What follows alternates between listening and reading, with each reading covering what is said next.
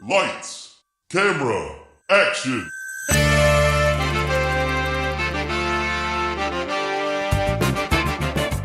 When a script is written that is so bad, no one will film it. These brave podcasters will bring it to life just so they can mock it. This is Table Reads. So the movie's kaput, which means your script ain't worth the buffalo shit on a nickel. Table Reads with Sean McBee and Trevor Thompson. Hello, Internet, and welcome to another thrilling installment of Table Reads. It's not really that thrilling. I just like to hype you up because Sean is the want you to like me. Sean is the hype man in the single rap group of his own. I am my own hype man. Yes. Like, I just walk around going, yo, man, here's an observation, and then I jump behind myself and go, yo, he's dropping some knowledge. So anyway, welcome to part 2 of Termite Terrace, the long abandoned Charlie Haas, Joe Dante, not directed script. Would have been directed, but no, it was not. So what do you say we fill everybody in? Previously on Table Reads. We met Pete, a new in-betweener for the animation department of Gustafson Productions, a fictionalized version of Schlesinger Productions, which is somehow easier to say, where the classic Looney Tunes characters were made. We then basically just followed him for a few days as he met all the wacky fictionalized people at the animation studio, affectionately referred to as Termite Terrace. When we left off, they had just screened their first cartoon that he worked on, and we picked up with Pete introducing himself half an hour into the movie via voiceover. Fade in. A matching image of the group, a cartoon drawing in progress on lined paper. Pete's hand is working on the caricatures. Nearby are some handwritten words, and we hear in voiceover, The big guy is Slim Edwards. He's our director. Everybody wants to be like him when they grow up. For many of the guys, it seems to be quite a ways off. a wider angle reveals interior, Pete's apartment, night. He's flopped on the cot, working on the letter. The place is a little bit humanized. Canned food and a hot plate. Pinned up drawings from work. My big debut is on its way to the theaters. It's called Porky and Daffy. If you count 4 minutes and 12 seconds after it starts and then watch closely for 6 seconds, I'm sure my style will jump out at you. Because for some reason all the characters just start closing their eyes halfway and look cocky. That's all me, though. That's not what he actually said. Because he's Chuck Jones. Close on the drawing as he finishes shading it. I tried to get an appointment at the Disney Studios, but they're not taking applications now. Mom, I'm being nice to everyone, like you said to, though I'm not sure that the people out here can tell. Back to the wider angle, Pete sticks some cash into the envelope with the letter, heads for the door. Well, I enclosed some of my vast Hollywood earnings, and love to all. Pete. Interior, room 15, day. This music. Yeah. I love great it. Music. A story session for a new cartoon is in progress. Guys from Slim's room and elsewhere in the terrace are present, including Jack Landy. At the corkboard, where Slim presides, we see a Hollywood theme in the gag drawings. Limos, searchlights, caricatured movie stars. The session is a free-for-all of guys sketching, telling, and kibitzing ideas. So the searchlights are shining all over the place, and you follow... Wait, that's text. I'm sorry, I'm doing the voice wrong. So the searchlights are shining all over the place, and you follow up the beams to the man in the moon with a nightcap on, and he says... Oh, that's, shields his eyes. Hey, give me a break, will ya? Or he whistles, and the constellation, the guy with the arrow thing, shoots out the searchlight. Pow! It blows up. Get a decent explosion for once. People flying around. Put a hole in the street like the Grand Canyon. Terrific. Or when the light explodes, The guys next to it turn black. They start singing Camptown races. Slim doesn't like Landy's idea. He slides past it with a non-committal look, turns to Jerry. What was your Laurel and Hardy? As Jerry answers, illustrating with gag sketches he holds up, in dialogue that we don't need to hear, I guess, Clark passes a sketch up to Slim. A constellation hunter drawing his bow as a cranky man in the moon points down at the offending searchlight. You see Oliver Hardy from the back there. He's dancing with his girl. He turns around. It's two girls. Sure. Nothing like a fat man joke. He takes Jerry's drawings and pins them up, then turns to Pete, who's sitting near the back, putting nervous finishing touches on some sketches of his own. New guy, what you got? I had an idea for something to do with Constance Morrow. Is that Morrow or Morrow? Morrow. Yeah, I had a few of those too. Slim's look says, and? Pete draws a deep breath and plunges in, holding up his gag drawings, narrating them. The limousine pulls in front of the nightclub. It's the longest car in the world. Keeps going and going and going. There's 30 doors. Yeah, and you do some stuff with the windows. One window, you have people eating like in a dining car. Another, there's a lady yelling down in a tenement. Hoiby, get in here, Hoiby! I was just getting to that. Now, go ahead. So you finally get to the back of the car, and it's pulled up outside this bar, a real dive, with the flashing neon signs and everything, and the back door opens, and Constance Morrow gets out. Pete's drawing shows Constance Morrow, the reigning screen queen, stepping out of the limo's back door at a dive called the Hotsy Totsy Club. Her face is tilted upward in a parody of movie star self-importance. And she's so busy being a star, she doesn't see where she is. She thinks the lights are flashbulbs. Clark imitates Constance's trademark gush. You dear people, oh, hello. She starts going inside, but then she hears this whistle, and there's Harpo Marx on a scooter like a little kid. She gets on it with him. Constance Morrow's working over... Oh, I'm sorry. Constance Morrow's working over here. He gestures gimme at Pete, who passes his drawings up. That's right. They're making, what's it called, furball? It's about cats? Fireball and furs. Why don't you go over and hang around, sketch her a little? You could animate some stuff yourself. So, just to back up a little bit, Slim was saying, Constance Morrow's working over here. Like, she's there on the lot. Right. Oh, okay, right. I get it. Yeah, I did not get it either. No. Context. I think that was our fault. No, the way it's written, I wasn't sure how that line was supposed to be read. Oh, okay. You read it like he was continuing the pitch. Constance Morrow's working over here. There was no direction that says he throwing an gestures idea in. out the window or something like here. Constance Morrow's working over here. So then Slim's saying... I thought he meant like he was gesturing to the Constance Morrow gag. Like that gag's working here. Me too. But no, he's saying she's working over here. You can go sketch her. Okay. And they did do that. He pins Pete's drawings up as he speaks. Nobody else seems to regard this as a big deal, but Pete is wowed. Yeah, Fine. I'm feeling faint. Must be lunchtime. Back here at 1.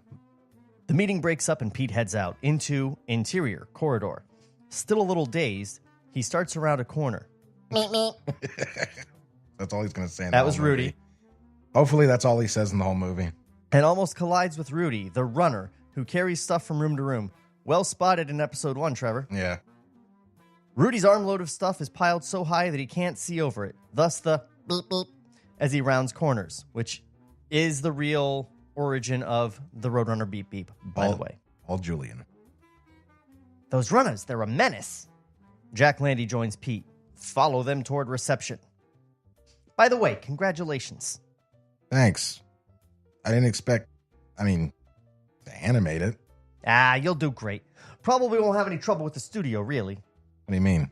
Well, Constance Morrow, big star. Could get him nervous.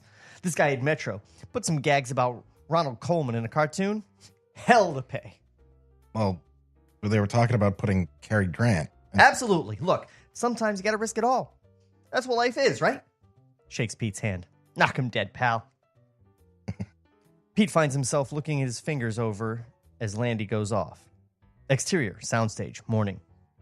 Pete, with sketchpad in hand, follows a stream of people to a soundstage entrance, but a security guard stops him there. I'm going to be the guard. Okay. Whoa. You got clearance on this set? I'm desperately trying to do Ralph from Animaniacs. Oh, are you? The best imitations are the ones you have to explain. Maybe you should do the guard. Yeah. Whoa. You got clearance on this set? Where do you think you're going, chump? Who are you calling a chump? That's chimp? what I was doing. Sorry, go ahead. At least I didn't have to explain mine. Exactly. Whoa. You got clearance on this set? I work here on the lot. Me too. Small world. You on the show? No, but I have to. You want to look at Constance Morrow, right? Best way is go down to your local neighborhood theater, buy a ticket. You can sit through 2 shows. Or chew my tongue like I'm doing right here. No, I have to. I have to see her. Get a grip, son. She's only flesh and blood. Go back to work. There are a few people backed up behind Pete. He steps away and lets them by. Retreating, he sees some guys. Half of them in tuxes, half in ship stewards' uniforms, going in another entrance, past a different guard. Hello, sailor. Sorry, that music was That was not subtle. right. It wasn't working. Exterior, Hollywood Street, afternoon. Pete goes into a costume rental store on a Hollywood corner. Exterior, soundstage, morning. The same stage as yesterday, but Pete, in a ship steward's costume, slips inside along with arriving extras. So this is when the plot of the movie becomes an actual cartoon. Yes. That would be so great if they went like an adaptation route with this, like the movie adaptation. Yeah. Where the things that he is writing are happening in the movie. That would have been cool if they could have figured out some way to have the Looney Tunes characters narrating the thing. You know, that way they could make it live action and animation. Yeah. Like a Roger Rabbit thing. That'd be cool. Well, it's going to be up to us, I guess. Yep, just us. Interior, soundstage. On the set, an ocean liner stateroom in between I do get already that nobody is interested in this movie. It is very narrow, the audience for this. Yeah. Very narrow. How do you cut a trailer that makes people go see this? Yeah, and that, like if someone was given the choice between watching a movie, like if there was a movie about the making of, they made many Walt Disney. I'm making no point here, but it's like there hasn't been a really big Walt, before Mickey type story. There've been little things on Netflix here and there, but if ever there was a studio, Hollywood studio in the 30s behind the scenes story, you'd think it would be that. And that wasn't fucking selling. No one gave a fuck about it. To be fair, the Walt Disney Studio didn't have the fun that these guys did. That's true. Like this, yeah. It's a bunch of interesting anecdotes. Yeah. I don't think you can sell it as a movie.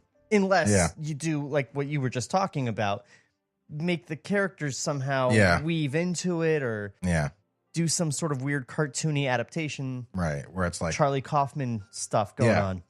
Adaptation. The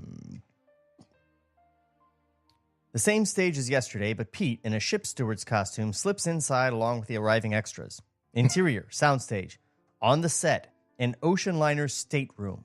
A between-takes bustle of activity is going on, centering on hair, makeup, and costume of the knockout Constance Morrow. As the other extras grab donuts from a coffee cart, Pete slips into a shadowy recess of the stage wall, takes his sketchbook out, and starts drawing discreetly.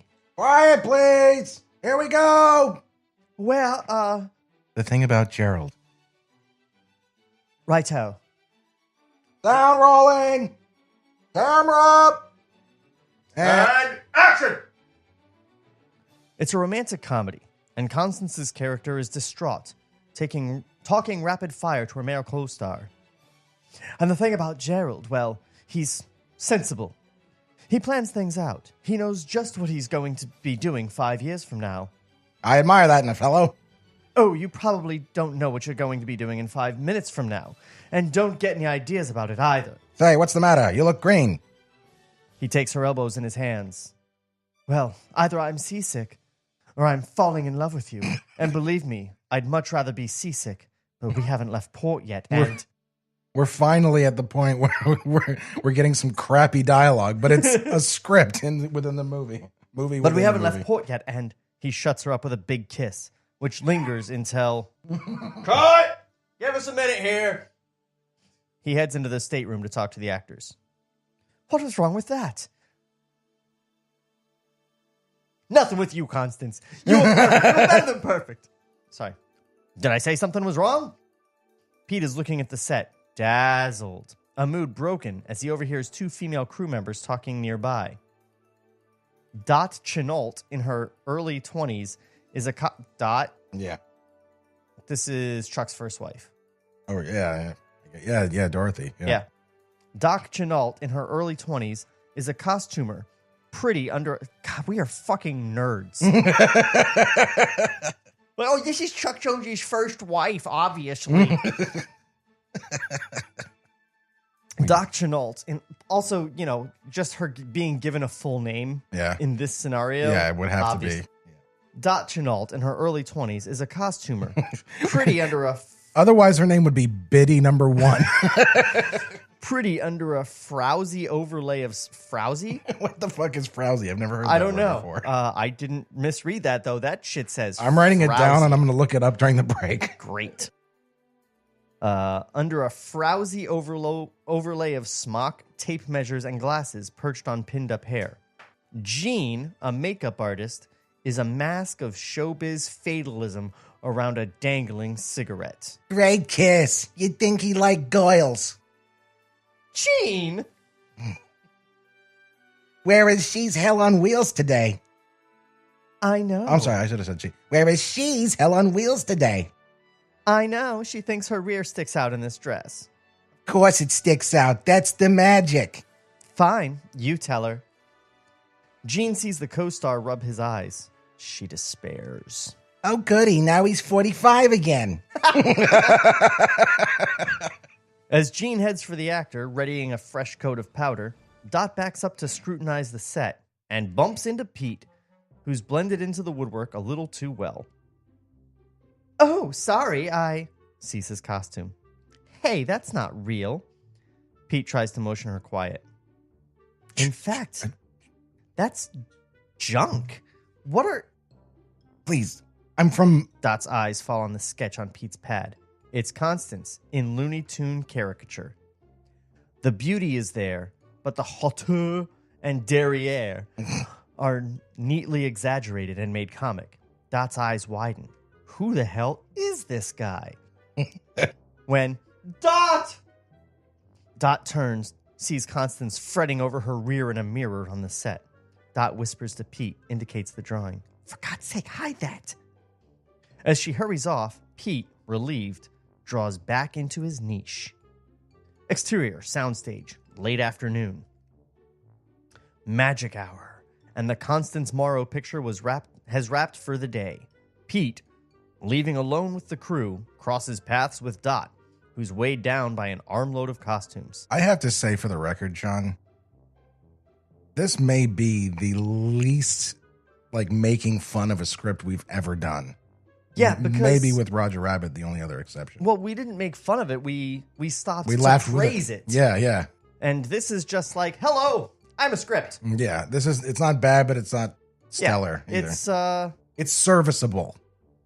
I think in our first episode, we put it perfectly when we said that it's a perfectly fine script. Yeah, perfectly fine script. Hi. Competent. Perfectly competent is what we said before. Okay. It's a competent script. Being along with... Oh, soundstage. Hi, thanks for not. Oh, you read all that already? Yep. Okay. Hi. Thanks for not... What's the idea with that outfit? I'd hate anyone to think I sewed it. They wouldn't let me on. Here. let me give you a hand. She hands the costumes off, and before Pete can stop her, takes the sketch pad. Oh, I can take... But she's already got it open, and starts flipping through the pages as Pete follows her down the street between stages. Boy, these are rough. What are you, a blackmailer? I'm an animator over here on the lot. You know, cartoons. Here, I can... Pete holds the costumes out flat, but Dot continues paging through the sketchbook. Oh, Porky Pig and all that.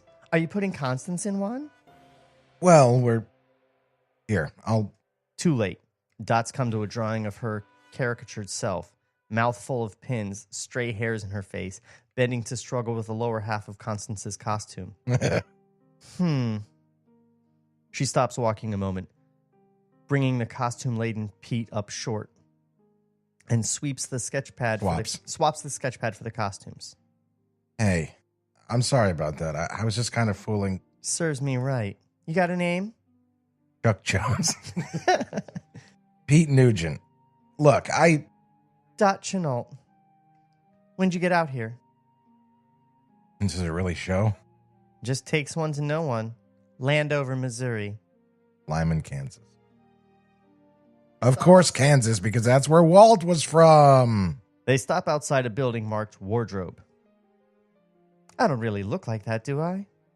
But Pete takes the question seriously and looks at her a little harder than she had in mind, seeing through to the prettiness and replying sincerely, Go on. No.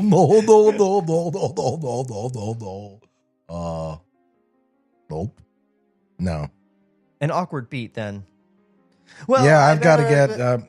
But he watches her disappear into Wardrobe before he goes anywhere. Cut 2. Constance Morrow is a location. As portrayed... Have you ever been to Constance Morrow? As portrayed in... Maybe she's like Chevy Chase. She's named after a town in Maryland. Yeah, and there's streets called Constance Morrow. As portrayed in pencil cartoon drawings being flipped to simulate animation. Yep. That was slim. Wider angle reveals, interior, room 15, late afternoon. Where most of the guys are calling it a day. Pete finishes flipping through the drawings for Slim, moves on to some extremes. And then there's W.C. Fields. I don't know why there's a long space there. Sorry. Then here's W.C. Fields, and she takes the bottle. You can draw your ass, huh? Sure. You give him a big star to work with. Wait, hold on. Sure, you give him a big star to work with. Jerry comes over, looks over Pete's shoulder. Draw her ass anyway. Do this thing fast, though. 20 frames. 20? That's less than a second. You bet. People like that. The hell was that? Here comes another one. No time to think. Been thinking all week. What could that do him? He picks up his briefcase, heads for the door. You got them lights? Pete nods, sure, and he's alone in the room again. Flipping through his original Constance sketches, he runs across the unflattering one of Dot Chenault. He goes out. Interior, Termite Terrace reception. This music is perfect, by the way, for the scene that's coming up. And sees Ned being picked up by the surprisingly glamorous Mrs. Ned. That's the actual character. And Sheila leaving with one of the costume cowboys from the nearby set. Pete stands in the doorway a beat. No place to go but home. He pulls his figurative socks up. Exterior, a soundstage, late afternoon. Dot, ending her workday, checks a rack of costumes, pushing hangers past her and logging them on a list, till she pushes one aside and finds Pete's face in the resulting daylight. Just his face. Hi. Dot starts, then recovers. You're a lot of fun around the house, aren't you? She pushes the She pushes the last few costumes past, shutting Pete's face out. But he meets her at the end of the rack. You're not still mad about that sketch, are you? Look, that's just how we do it here. The ducks don't look like real ducks. How's it coming? Not bad. I had to work on Constance Morrow's face. Ugh. Not bad. I had to work on Constance Morrow's walk for quite a while. It's fair. Walk and face almost look identical. Yeah. On the page. And they do move the same way, too. So did she. We had this one gag where, well, you're working now. I don't want to. I tell you what. I'll come by here one day at knockoff time and we can get a sandwich or something. I'll tell you all about it. Say Tuesday? Pretty slick for Kansas. He's already heading off. Yeah. That's why I had to leave. He's looking at her as he walks, almost collides with a couple of grips moving a scene flat. Uh-huh. Cut to room 15, day. I like this music. It sounds like it sounds like Cowboy Bebop. But that's not really what we want. Mort is Leon, right? Yes. Cut to room 15, day. Another day's work buzz is interrupted as Mort and Lou come in to address the unit. Boys, I have good news. The Warner's people tell me that our latest group of pictures was very popular with the theaters. Over the coming month, we're going to be increasing our output by 30%. Are we hiring 30% more people? Well, no, Slim, but We get overtime? there won't be an increase There won't be an increase in payments as such, but we will have the heat stay on at night and full coffee available. We feel it's the least we can do. Right you are. Mort and Lou head for the exit, but Slim sticks with them. Mort, it's too much. I got guys in there already haven't seen their wives for a week. I mean, in my case, that's probably for the best, but seriously. Seriously, we need more film. Lou tells me half the time he comes in here, they're listening to the ball game or something. That just proves it. You guys wouldn't know a joke. Go draw me some and we'll see. Mort and Lou leave, Slim looking angrily after them. Can I redo Slim's line? No. Dissolve 2. Exterior, Clifton's cafeteria. Dusk. A few days later, Pete and Dot come out of Clifton's cafeteria in downtown L.A. Is this a commercial? Out from under her work gear, Dot is pretty in a solid Midwestern way? Holy shit. Yeah. She's not a table guy.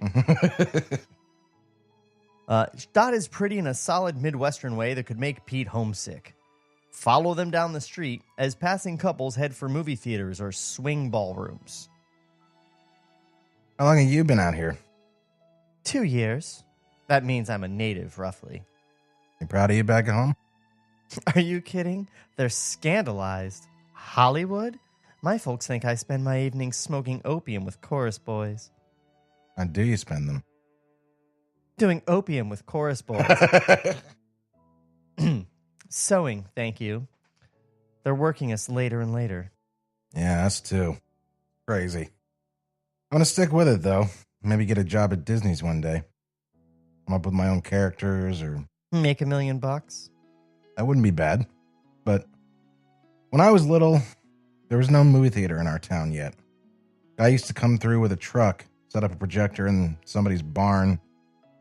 Or the Grange Hall. They pass into a radio store and navigate around a knot of people listening to Amos and Andy on a PA speaker. These people sit in there, farmers, most worn out people in the world, but you show the cartoon, you still get a laugh out of them. People like that. They can use it. Well, it's not a big deal, except I could do it. I could do some stuff that... He catches her look. What? What are you thinking? No, nothing. They walk on a moment in silence for a beat. Then, here we are.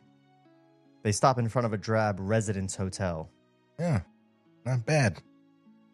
Yes, it is. It's a dump. That's what happens when you send money home. Shakes her head. Back there, they can all do something useful, and they're all out of work. And we're out here making movies about rich people trying to kiss each other. Well, I guess rich people are likely... Well, I guess rich people are like everybody else. It's a chance for a kiss, but Dot ducks it, squeezes Pete's cock instead. I had a good time. Squeezes Pete's hand instead. I had a good time. I didn't. You're not supposed to squeeze my cock. Yeah, me too. Call me or something. Sure. She goes inside. Sure, dolls, sure.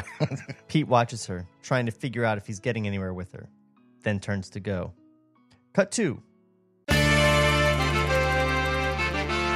Table Reads will return after this brief word from our sponsors. What's up, docs and docettes? Trevor Thompson, the self-appointed Looney Tunes critic here, and if you like old cartoons and watching online reviewers dissect them, then you probably said the same thing I did about 2 years ago. Hey, what the fuck? Here, watch your language, bud. We're on the air. No, I said, why the heck isn't there a Looney Tunes critic? I mean, nobody's devoted strictly to Looney Tunes Merry Melodies, and whenever people do review that stuff, half the time they get it wrong. And they're all millennials, too, so everything before 1985 is racist. Ugh. Well, I'm the guy you want anyway. Every Saturday morning, I do a brand new commentary of a Warner Brothers short. All throughout the month, I do video essays examining the history of these cartoons. And every few months, I do a full-length review and or interviews with people who worked on Looney Tunes projects. Catch my videos on youtube.com/FerrisWheelhouse2 or just use the hashtag Looney Tunes Critic. And now, here's Eric Bauza, the new voice of Bugs Bunny, to bring this commercial home. You've been listening to Trevor Thompson, the self-appointed Looney Tunes critic. Ain't he a stinker? Lights, camera, action. So the movie's kaput, which means your script ain't worth the buffalo shit on a nickel. Now, back to Table Reads. So I don't know. So far, Trevor, it's not interesting me. No. Like, I love the subject matter. I've Yeah. always wanted to see this movie, but I'm not feeling like Pete and Dot walking around talking about Kansas and shit. It's not doing it for me. I wonder how good this is if you remove the elements that we like about it, which are the Looney Tunes history. Like, Then it's just nothing. that's what I'm saying. Is this like this? We were calling this what, serviceable? Yeah. Would it really be serviceable if we had no interest in Well, actually, yeah. Tell me, what's the plot? exactly what is the plot other than Nothing's happening. a guy met a girl that worked Hey, I got a new job and I met a girl. right? There's 43 pages of script. Are you fucking kidding me? Oh my God, we're on 47 now. I think 43. 43. You have sorry. to look at the page. Oh yeah, 43. Going into 44. Let's Yeah. get back to this shit. Let's I think we need to I think this thing has gotten out of we should just start making fun of it more. I mean, they need to give us something better to make fun of. Yeah. Really. It is better than Space Jam though. Yes, so's gonorrhea. Thus far. Fade in. Actually, Acme Gonorrhea is not very good. Cartoon image, exterior, Hollywood, night. That's weird the way it does that. Yeah. Instead of exterior. Anyway, our frame is filled by the finished cartoon Hollywood Steps Out. Ooh. In a pan across the Hollywood landscape, dozens of searchlights sweep the night sky, moving in time to the conga music on the soundtrack. Bum bum bum bum bum bum. The cartoon camera moves into Ciro's nightclub, where a sign reads, Deluxe Dinner, $50 and up. Easy terms, 6 months to pay, small down payment. Cartoon image, inside Ciro's. This Looney Tune is a series of gags with caricatured movie stars in the posh nightclub. At one table, Greta Garbo sells cigarettes to Cary Grant, then hoists her giant shoe onto the table and strikes a match on the sole to light one for him. This part at least is interesting because it's describing work that this writer didn't write. At another table, Dorothy Lamour talks shy Jimmy Stewart into trying a mambo, but he watches her dance for a beat, goggles at the racy moves, sticks a sign reading Mr. Smith Goes to Washington on the table, grabs his valise, and flees. A new angle finds Constance Morrow in Pete's oblivious, self-important caricature, sweeping into the nightclub. She breezes past W.C. Fields, who's drinking a beer at the bar, plucks the bottle from him, holds it adoringly, and makes an acceptance speech as she moves on. Just like, Oh, Oh, thank you, thank you. I don't deserve this, but I accept it on behalf of all the little people, the leprechauns, the elves, and those wonderful, wonderful gnomes. Was that in the cartoon? No. Because that's terrible. That is not funny. She also mentions Mickey Mouse coming up here, so no, it wasn't in the cartoon. Ugh. Interior, Termite Terrace screening room. The Termite Terrace staff, plus Morton Liu, are watching the cartoon. Sheila laughing, Slim studying the screen, Pete nervously trying not to look at the stolid Mort. On screen, W.C. Fields tries to retrieve his bottle, but Constance suddenly turns and bends down to shake hands with someone out of frame. Why, it's Mickey Mouse! She swivels, bending still lower. And Mickey Rooney! And her prominent bottom knocks Fields over. He bounces back to his feet like a Punch the Clown toy. Go ahead, do a W.C. Fields, Trevor. Oh, I lost. Where are we? Bottom of the page. I'll do it. Oh, Jehoshaphat, a menace to navigation. Oh, very good, Sean. It's great the way he can throw his voice into other people's mouths. In the screening room, Mort nods vaguely and almost smiles. The most grudging possible show of approval. Slim sees this, gives Pete a thumbs up. Jack Landy sees it too, scowls to himself, but covers with a smile when Pete glances his way. What's up with Jack Landy? I don't know. Dissolve 2, Interior, Termite Terrace, Room 15, afternoon. Other rooms to follow. A spring day with rain falling outside. We find our guys scrambling to put paint jars and other receptacles under the leaks as new ones sprout in the water-damaged ceiling. Nice weather for ducks. Not for drawing them. Damn it. A blob of rain ruins one of his sketches, and he scoots a coffee cup under the leak, barely saving some other drawings. Fine modern goddamn facility we have here. He's about to say more, but a voice from the doorway stops everything. Excuse me. All look up to see a vision. Constance Morrow. Miss Morrow. As she comes into the room, the doorway behind her fills with guys from other units, watching. I'm looking for that Mr. Gustafson. You know, the fellow who draws the little cartoons. Smiles and suppressed laughs amongst the troops. Actually, Mr. Gustafson's very busy. He kind of farms work out here. Oh. Well, I thought that one of me was just delightful, and... Oh, well, that wasn't Mr. Gustafson. That was, here's the guy you want. Pete Nugent. Pete makes a hopeless attempt to sound casual. Hi. Oh, that might be your best read ever. Hi. Hello, Pete. May I call you Pete? Well, that was wonderful. I was so flattered. I thought you'd never get around to me. Well, of course we... And this is the place where you draw. Look, please come have a drink with me. I want to know what it's like to be so clever. No, really, it'll be fun. Please? Great line. I want to know what it's like to be so clever. Pete is momentarily paralyzed. Guys from behind Constance's back urge him with gestures. Go, dummy. Sounds great. As they head for the door, all eyes follow them. Exterior, Termite Terrace, late afternoon. We just hear a gunshot in the background and Dot's dead. And watch from the windows as they get into Constance's waiting white limousine. Interior limo, exterior streets, dusk. Pete and Constance are in the back of the limo, heading for mid-Wilshire. Evading Pete's protesting hand, Constance tops off his glass with champagne, killing the bottle. I'm awfully glad you liked the cartoon. Oh, I loved it. Yeah. I was a little afraid you would think we were making fun of you. Constance's gaiety snags on this thought. Really? How?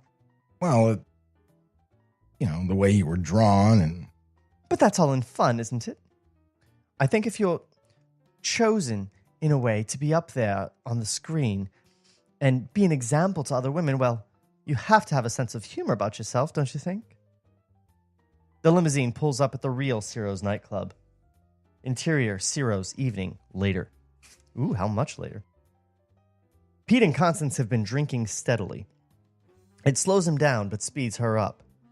As nearby people look over, Constance holds up an empty daiquiri pitcher, beckons a waiter. Yoo-hoo, over here! Well, we heard about your cartoon, and a whole gang of us went down to a real movie house to see it. Nobody's been to one in years because everyone's got these screening rooms now. You know, Rita got these antique tapestries for a curtain in hers, and it was almost a scandal. It turns out they were scared into one of these small religions. Turns out they were sacred to one of these small religions. I'm sure she didn't. Well, we were there in disguise, of course. As it turns out, they give away dishes now. I thought they were to eat the popcorn off of, you know, to bring some manners to it. But no, you keep them. Did you know? My mother has a set. There, you see? What's wrong? Just all these people looking at us. Oh, no, that's your imagination. They're looking at me. I like that line. Interior, limo, exterior, Constance's place, night. The limo pulls up outside a Spanish-style house, high in the Hollywood Hills. The driver opens the door, and Pete wobbles up the walk behind Constance. Your house is beautiful. It's just like I thought of. Oh, this isn't my home. Interior, Constance's place, entryway. They enter the splendid house. Constance picks up a crystal decanter full of booze from a table as she heads deeper inside. It's just a little pomme de terre I keep here in town. Bring those glasses, would you? Pete obeys with trepidation, following Constance off screen to interior, bedroom. Oh, man, you know what? I don't have sexy music on my soundboard. Why would you? Like, wow, wow, wow, wow. Yeah. Oversight, McBee, oversight. Why would it come up? It wouldn't come up. Constant pours, well, for when it comes up. Exactly. Constance pours drinks, takes one, and playfully leads Pete toward the big, silk-clothed bed. You know, Chuck, we all know this shit did not happen. Like we said, Chuck's story. Written by Chuck. Oh, man. You know... Actually, it kind of did. You know, you did such a good job drawing me, but there are some things you have to see firsthand to get them just right. You're talking about your pussy. Miss Morrow, Constance, I shouldn't be doing this. Oh, I know. Aren't the things you shouldn't do just the best? And as she tumbles him onto the bed, we dissolve to a drawing of Pete. I can draw too. In conference with two young animators. It's one of Pete's caricatures for a letter home. In his self-kidding drawing, he wears a beret and a monocle, and the animators are awestruck as he shows them two gag drawings that glow with brilliance.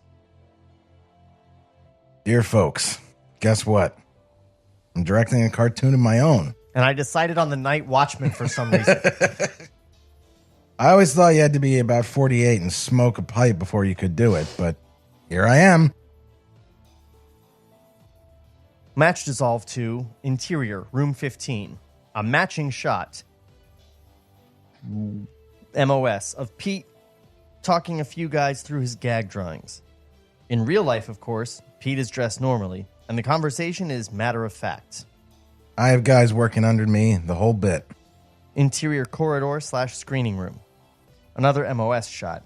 Pete and others filing into the Termite Terrace screening room. And by the way, it's in Technicolor. Disney's been doing it, and one thing I can tell you about this business, you gotta keep up. Interior screening room. Pete and the others are watching his cartoon, Ghost Wanted. I don't know about that. In which a little ghost of wide-eyed Disney-esque cuteness, like Sniffles the mouse, Oh, wait, I think I do know that cartoon. has answered a haunt ad and applied for a job at a haunted house maintained by a big ghost. The cartoon is a showcase of fancy painting. Every shadow in the haunted house is beautifully rendered. The only problem is the picture isn't funny. a problem underscored by the polite smiles of the Terrace people in the screening room. On screen, the big ghost, invisible at the moment, tells the little one, Okay, bub, scare me. Let's see you scare me. The little ghost strikes a series of scary poses as the big one appears behind him, waits, then shouts. Boo! They take off on a chase, which ends with the big ghost laughing himself silly, in contrast to the forced chuckles in the screening room. On screen, a telegram arrives for the little ghost, and he reads it in a painfully long hold.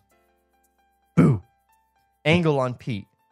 He knows he's dying up there. And as the lights come up, people come up to him and think up nice ad-lib things to say. Nice stuff with the color and very pretty. If he had any doubts that he's laid an egg, they're removed when he gets a big hand clap from a smiling Jack Landy. Why does Jack Landy hate him? Where did this come from? Like they suddenly just introduced this out of nowhere. Like Jack Landy upset that he's getting accolades and happy that he bombed. Yeah. There was nothing to indicate this at all. Nothing brought this on. It's completely unmotivated. And Landy, the person he's based on is even less of a personality. Like they're like, who is Landy supposed to be? The business manager, Raymond something. That's it. That's what I mean. Raymond Katz. I can't even remember his name. In this, he's an animator though. Oh, he is? He's another in-betweener. Oh, I'm thinking of Mort's right-hand man. Yeah. No, this is... Then, yeah, I don't know who Landy is supposed to be. Maybe he's Bob Clampett. Maybe. I don't think so. I know. Who knows? Because Bob wasn't shitty about it. Like, the one who was shitty about these things was Chuck. Yeah, but but if this is from Chuck's perspective, yeah, then he'd be like, well, I was just such a nice guy, and Landy was... or Clampett was just such a dick to me the whole time. Yeah, maybe. I don't know. Slim hangs back as the others leave. Follows Pete into interior corridor. Nice work there. That stuff with the shadows. Like a painting. You have big pauses, you know that? Big pauses, big shoes. Big feet. Yeah, so was the audience. Oh, yeah, that. Hey, you okay? You don't have to throw up or anything. No, I'm spent all that time making it pretty. Should have been thinking about the jokes. Yeah, well, that is kind of our policy here. Make them laugh and they won't notice your looks. But everybody's got a couple of those in the closet. Come in here. They enter. Interior, room 15. Slim rummages in the papers on his table. It's harder than it looks. I'm sorry. It's harder than it looks. Yeah, you find something easy. We'll both go do it. Here. I think Slim is supposed to be Maltese. Mike Maltese. Maybe. Shawn is literally trying not to yawn because this script is so bad. It's harder than it looks. Yeah, you find something easy, we'll both go for it. Here. You want to not laugh sometime? Take a look at this guy's pictures. You ever see him? He hands Pete a model sheet showing a dozen or so poses of a squat, gawky rabbit. Only through modern-day hindsight do we recognize the embryonic Bugs Bunny. Pete shakes his head. Maybe it wouldn't be. Yeah, well, there's a reason you haven't. I wonder if you could do something with this. Yeah, Chuck, why don't you take Bugs? Sorry.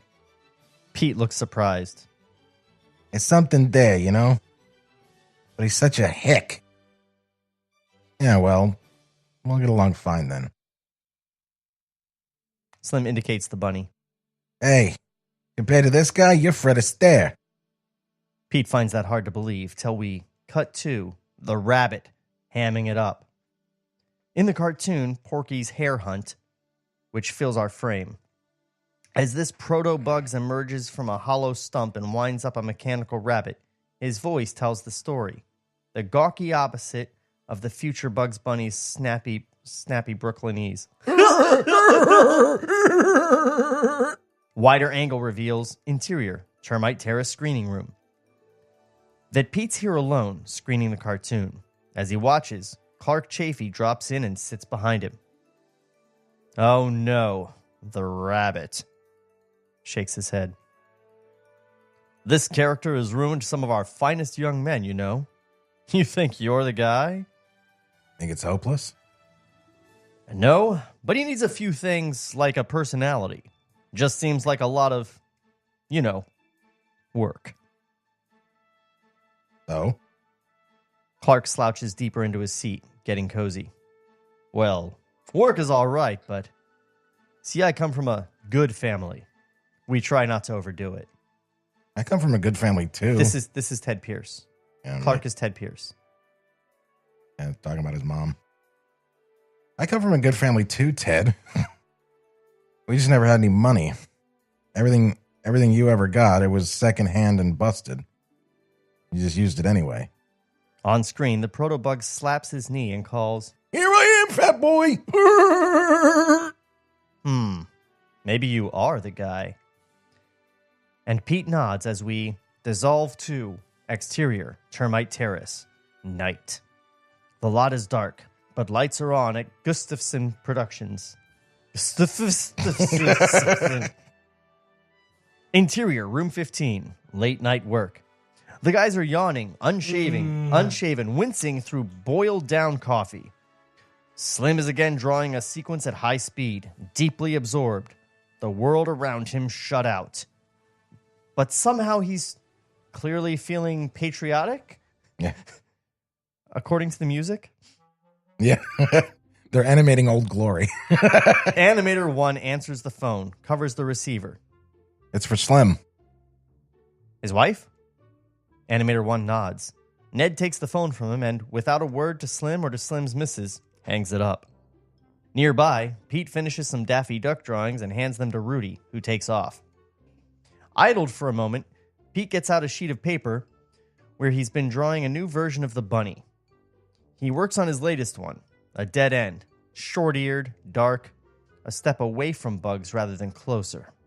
Pete's concentration is broken by a loud, frustrated exhalation from Slim, who looks his drawings over and sweeps them into the trash more violently than last time. Chris Coleman comes over. Slim? Could I see... But as Chris reaches toward the trash, Slim drops a burning match in, then squirts some rubber cement thinner onto it to make it a little blaze. Chris gets his hand out just in time and finds Slim looking at him, his face an unfamiliar storm. Indicates the trash. What do you want, a gag for your shrimp? He stops himself, looks at Chris. The big guy looks as if he's been smacked, and everyone is spooked by Slim acting as mean to Chris as he was kind before. Chris. Sorry, I didn't mean... It's okay. It's just, It's okay. Nothing Slim can say. He leaves the room. A spooked beat. What the fuck does that mean? Then guys start working again, but without the conversations. On Pete, he tries to go back to the bunny, but can't. He rubs his neck, fighting fatigue, then slips out of the room. We're just never going to talk about him fucking a movie star ever again, are we? I don't think so. Interior, projection booth. In the booth of the... In the booth of the projection room, Pete finishes up threading a reel, flips on the projector, and watches. Dude, that's Treg's job. Yeah. Actually, that's Smokey Garner's job. Smokey, that's right. Smokey Garner's job. Swamp Rabbit. The Looney Tunes logo, then a title, Porky in Wacky Land, with supervising credit for Slim. Slim is Clampett. And bigger producing credit for Mort. As the picture starts, a frame-filling newspaper headline announces, Porky hunts rare dodo bird worth $4 trillion. Interior, projection room. Pete goes into the projection room, drops into a seat. On screen, so this is weird, that they're using real cartoon titles and ascribing different directors. Like, this is all weird. Yeah. Why not do a straight biopic? With, like... And I mean, that Looney makes Tunes it more interesting, at least, to see a real history of this. When you give everybody pseudonyms, it takes away the historical element and Plus- makes it even less interesting. And if you don't know the historical element and the movie sparks an interest in you, all you're going to be learning is that everything that you liked in the movie is wrong. Yeah. It's not going to be interesting or fun for you. And why is, like, Slim is a nickname. Yeah. Nobody's name is Slim. Right. Bob Clampett didn't go by a nickname. Bob. That was it. I mean, yeah. I would have thought him to be Tex or Frizz because they're the guys with nicknames. Yeah. Who knows? Yeah. Have we seen Tashlin yet? Who knows? That's what I mean. Like, Tashlin could be any one of these. He could be Jeremy. There's no Jeremy. Yeah, I was going to say. He could be Jeremy. Who we haven't met yet, but in the Yes. third act, don't worry. Oy vey. I mean, Tashlin wasn't there very long. He probably doesn't feature. Actually, Tash left and came back a couple times. And he did have a nickname, but it was never on camera. Tish Tash. Interior projection Where room. am I? Interior projection room. Pete goes into the projection room. Oh, yes. Porky. Pete goes into the projection room, drops into a seat. On screen, Porky goes past a sign reading, "Welcome to Wacky Land. It can happen here." Into a surrealist landscape filled with capering, Kilroyish guys and weird gags. Like a bicycle horn with legs that walks around beeping itself. See, this is why you don't write cartoon like Porky and Wacky Like a Land, script, like yeah. a script. You draw it. The picture is a pure look into Slim. He's pushed the limits of the cartoon form and of his own eccentric imagination. An imagination that sees the world as a series of booby traps. And now know how to play Slim. Do it. Hey, what are you running that for? Pete, startled, looks to see Slim settling in next to him. Great. Shakes his head. Couple of gags of work. You see how it is? They never give you the time. On screen, Porky gazes eagerly across a moat with at a castle with a neon sign reading, "The Dodo." Introducing, in person, the Dodo. And the Dodo, a long-beaked bird, comes out of the castle, crosses the moat in a boat, drops anchor, sinking the boat, and encounters Porky, who asks, Are you really the last of the dodos? The Dodo bowls Porky over with his long neck, answers, Yes, I'm really the last of the dodos. was that his voice? Yeah, it was kind of scratchy. Then starts scat singing as he kicks Porky in the stomach, dances over him, and gets away. In the screening room, Slim watches his own work with a critical impatience, while Pete admires it. This part here. A crescendo of frustration for Porky. The Dodo escapes in a floating elevator, pops out of a flying Warner Brothers shield to shoot Porky with a slingshot, and replaces the cartoon's pastoral backdrop with a brick wall for Porky to smack into. Okay. Tell me if I'm wrong. It's like the Greek myths with all the metamorphosis, like the guy's nose or the bicycle horn walking around. But then when the Dodo comes in and he moves the backdrop because he knows it's a cartoon. But Porky can't do that. So for him, it's not a cartoon. But that's why it's a cartoon. It's the joke on top of the joke. So he's... Slim isn't being unkind when he answers, Oh, yeah. That'd be nice. What would? If you could do it by thinking. He stands up, watches for another moment, then leaves. On the screen, Porky finally grabs the bird. Oh, baby boy, I got the last of the dodos. Yes, I'm really the last of the dodos. Ain't I, fellas? And another 1,000 dodos come out of nowhere, overwhelming Porky. Yeah! Woo! And the cartoon Iris is out. Whip. Dissolve 2. Interior, Termite Terrace. Reception area, morning. Pete, arriving for work, greets Sheila. Hello, Shayla. Sorry, couldn't help it.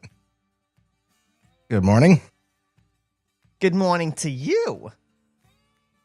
Pete wonders why her voice holds a pointed meaning and why she looks at him through new eyes. He heads down the hall. Interior, room 15, and his curiosity is answered as he enters 15.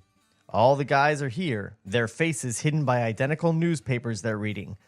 A morning tabloid whose headline reads, Constance Morrow Love Diary bared. Hubby, I'll divorce. God. Guys lower their papers to applaud as Pete goes pale. Jerry claps him on the back. We don't have enough heroes in this country, son. But you. What is it? Jerry begins a dramatic reading from the paper. I don't know how he does it, diary. For asterisks in the text, Ned mimics a censor's buzzer. Till beautiful dawn. Oh. It's the shy ones you have to watch. His name is Peter. Wouldn't you know it, diary? And he's an artist. Pete grabs the paper from Jerry, stares at the story. Ned opens a drawer of his desk store, revealing a big stack of copies, and passes one to Jerry, who resumes reading. An artist, not just with his hands, but... Married?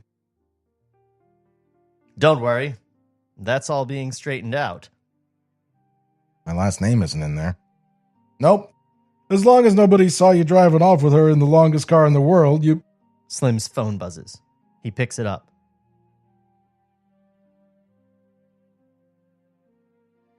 $15. For you. It's a woman. Of course it's a woman. Hello? Constance's breathy voice is on the line. Oh, Peter, hi. I didn't know if you'd run across this thing in the papers. The others try to listen. Pete clamps the phone to his ear. Yeah. I have... You know, my maid sold them that silly diary. Just for a few $1,000s. Can you imagine? And all this fuss. People are so outmoded these days, don't you think? Sure, Anyhow, I hope it doesn't cause you any trouble. No, everything's fine here. You're so sweet. Oh, here's Ginger's driver. Do let's keep in touch. She hangs up. Pete hands the phone back to Slim. He plays them like a violin. Slim's phone buzzes again. He picks up. 15. Uh-huh. Okay. Hangs up to Pete. Well, they want you over in Mort's office. I'm 22 and my life is over. Takes a lot of pressure off, doesn't it? Pete heads miserably for the corridor. We'll miss you, kid. Fade out.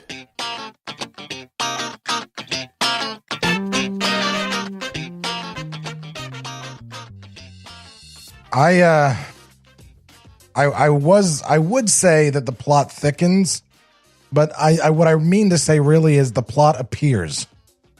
Yeah. This is like the first bit of conflict in the whole movie. So, you seemed to indicate earlier that there was some sort of factual basis for this Constance Morrow thing. Yeah. It's not known if it was of the level of Constance Morrow, but Chuck did think of himself as a director, and cartoons, whether it's cartoons or feature films, it doesn't matter. He was a director in Hollywood, and he did pull actresses. Nothing like on her level, but something about being able to scoop, well, pussy at the studio really appealed to him. Interesting. Yeah. Wow. Good old Chuck Jones. We do love Chuck Jones, for the record.